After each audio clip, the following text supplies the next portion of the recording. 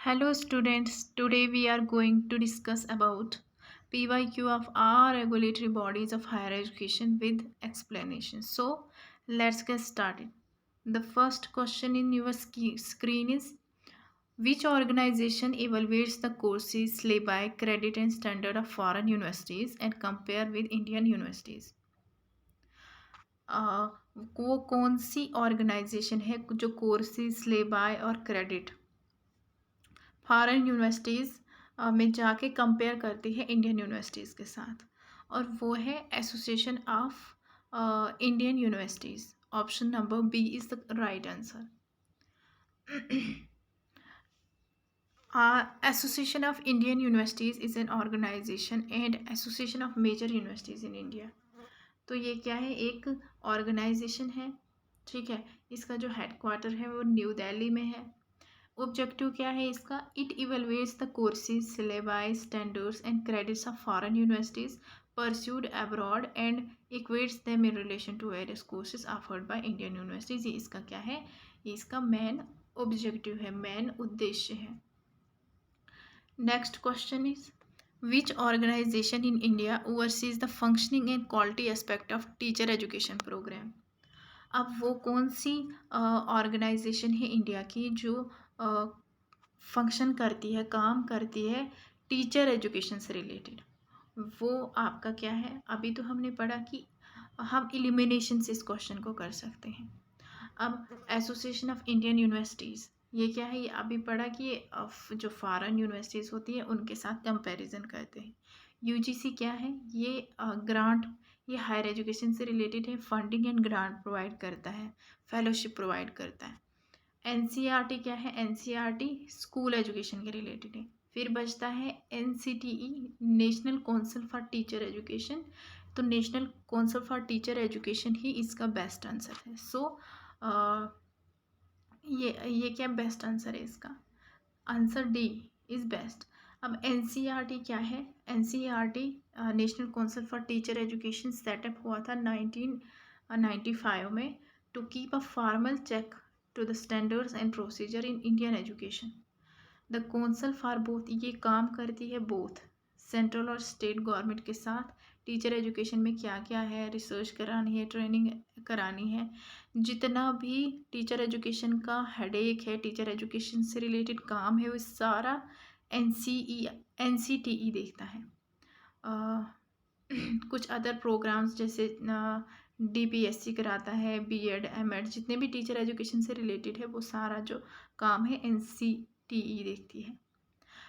Then the third question is, which of the following statement is not true about the national biodiversity authority?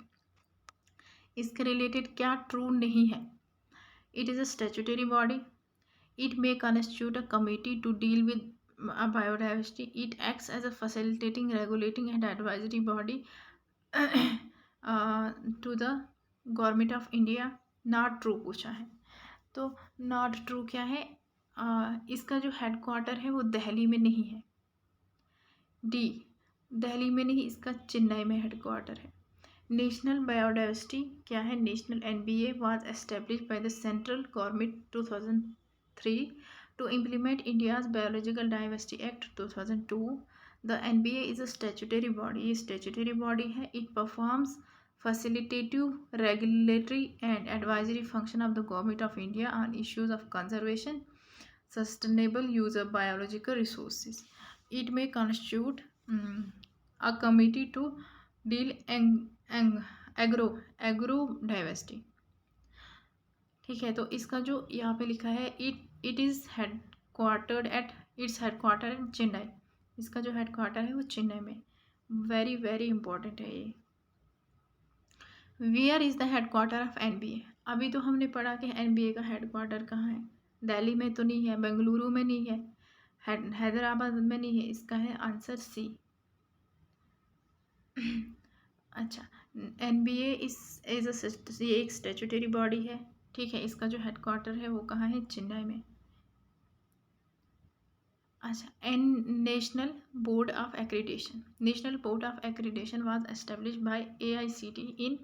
अब ये NBA वो भी था और ये भी था। ये क्या है, ये एक्रीडेशन देने के लिए। ये दो भाई हैं, एक है एनबीए, दूसरा है नैक। नैक नैक क्या है, national assessment accreditation council. NBA क्या है, नेशनल बोर्ड ऑफ एक्रीडेशन। दोनों ही ये एक्रीडेशन का वो काम करती है। बट जो एनबीए है ना, नेशनल बोर्ड ऑफ एक्रीडेशन, ये टेक्निकल एजुकेशन को, जो जितने भी टेक्निकल चीज़ें हैं टेक्निकल एजुकेशन के लिए हैं, उनको एक्रीडिट करने के लिए है। और नैक किसके लिए है, नैक है हायर एजुकेशन के लिए। इनके बीच में इतना ही डिफरेंस है। तो नैक और एनबीए कब एस्टेब्लिश हुए थे, दोनों एक ही साल में हुए थे, 1994 में। So the correct answer will be C, option number C, 1994। Which of the following types of institutions come under the national board of accreditation NBA. अब मैंने तो अभी आपको बोला कि एनबीए टेक्निकल एजुकेशन के लिए है। सो यहाँ पे option number B will be the right answer, option number B. Which of the following statements are correct. कौन सा स्टेटमेंट करेक्ट है। Narmada Bachao Andolan is a social movement directed against Sardar Sarovar project, ये भी ठीक है। The movement mainly consist of advises farmers and environmentalist, ये भी ठीक है। The supreme court has upheld the plight of poor adivasis and order the government to halt the project, ये यहाँ पे गलत स्टेटमेंट है। अगर हम थ्री को एलिमिनेट करते हैं देन हमें हम अपना आंसर मिल जाएगा। 1 and 2 is answer, option number A.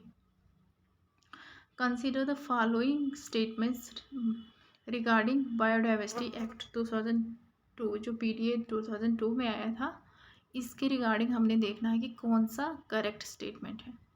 It has been form to realise the objective enshrined in the UNCBD. UNCBD क्या है, United Nation Convention on Biological diversity.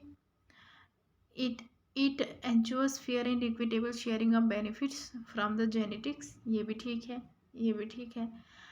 The National Biological Authority is created under this act, हाँ ये भी ठीक है।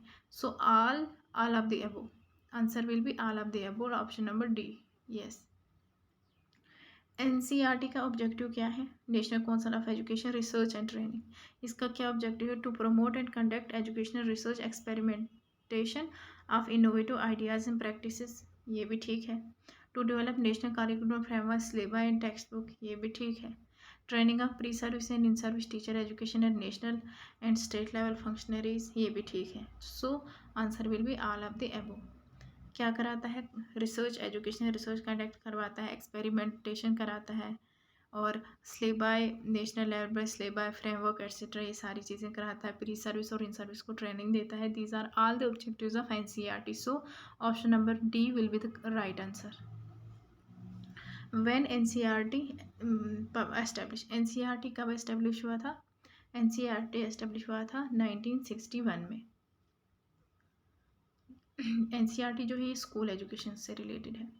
NCERT books follows recommendations of, किसकी recommendations ये follow करता है, ये करता है NCF 2005। So the right answer will be option number B.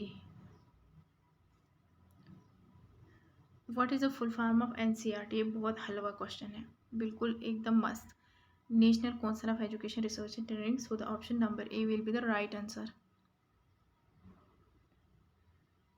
Textbook published by NCERT are prescribed by the CBSE।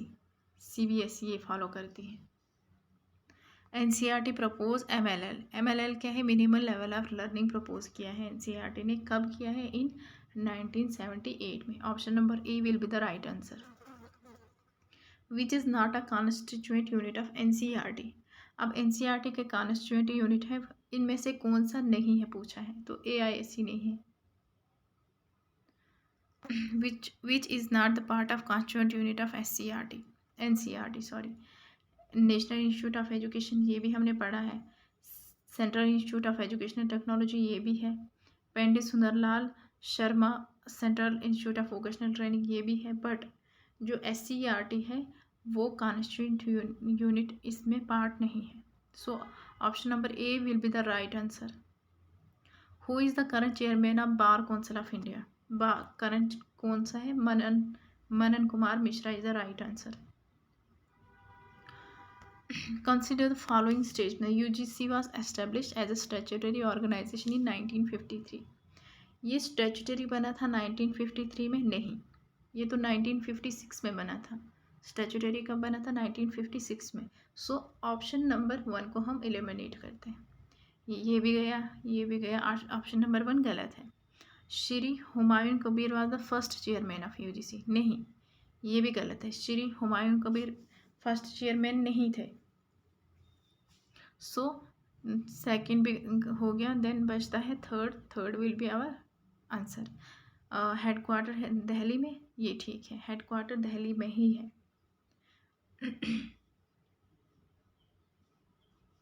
Headquarter का है इसका दिल्ली में।